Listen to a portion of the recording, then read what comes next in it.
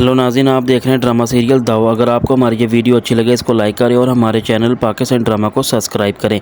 लेकिन जो आसम की माँ होती है वो नंबर से कहती है कि मुझे काफ़ी घबराहट हो रही है कि सुंबल कोई ऐसा वैसा काम ना करे जिसकी वजह से उसे कोई परेशानी हो सके।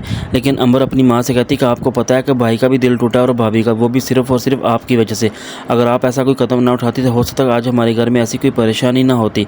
लेकिन अंबर की माँ से कहती है कि तुम पागल तो नहीं हो चुकी, तो फिर तुम लोग इस तरह मुझे बताओ मेरे ऊपर इल्ज़ाम लगाने का क्या मकसद है। लेकिन अंबर अपनी माँ से कहती है ये सब आपकी गलतियों की वजह से हुआ, अगर आप ऐसा कदम ना उठाती हो सकता हमारे घर में कोई परेशानी ना होती।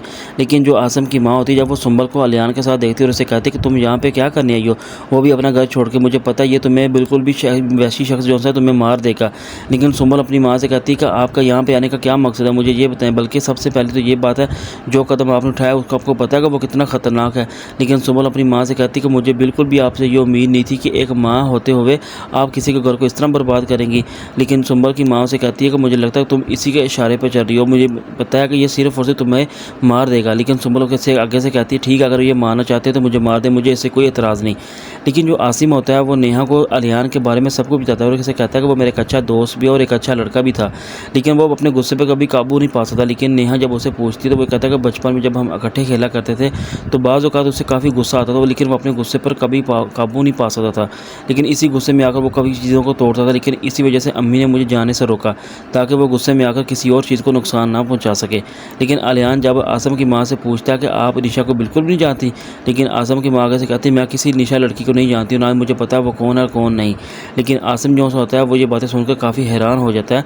लेकिन अलियान जो होता है जब वो सबके सामने वो वॉइस मैसेज सबको सुनाता है जो निशा ने मरने से पहले अपने भाई को जो भेजा था। लेकिन जब सभी वो निशा का वो मैसेज सुनते हैं तो बड़े हैरान हो जाते हैं। साथ साथ सुंबल को भी और आसम को भी पता चल जाता है कि असल हकदार जो सी कातिल है वो आसम की माँ ही है, क्योंकि उसी की वजह से उसको सब पता था कि जो साद है वो एक अच्छा लड़का नहीं है, बल्कि वो बिल्कुल एक पागल सा लड़का है जो उसकी शादी उसके साथ हुई थी। लेकिन अंबर जब वो वॉइस मैसेज सुनती है तो बड़ी हैरान होती है और वो अपनी माँ की तरफ काफ़ी गुस्से से देख रही होती है। लेकिन सभी जब मैसेज सुनती है तो सबको यकीन ही नहीं आता कि आखिर ये ऐसी मैसेज है जो हमारी माँ ने ऐसा कदम उठाया है। लेकिन आसिम को काफ़ी इस बात पर गुस्सा होता है, बल्कि वो अपनी माँ से यही पूछना चाहता है कि आखिर आपने ये कदम क्यों उठाया, आपकी वजह से एक की ज़िंदगी बर्बाद हो चुकी है।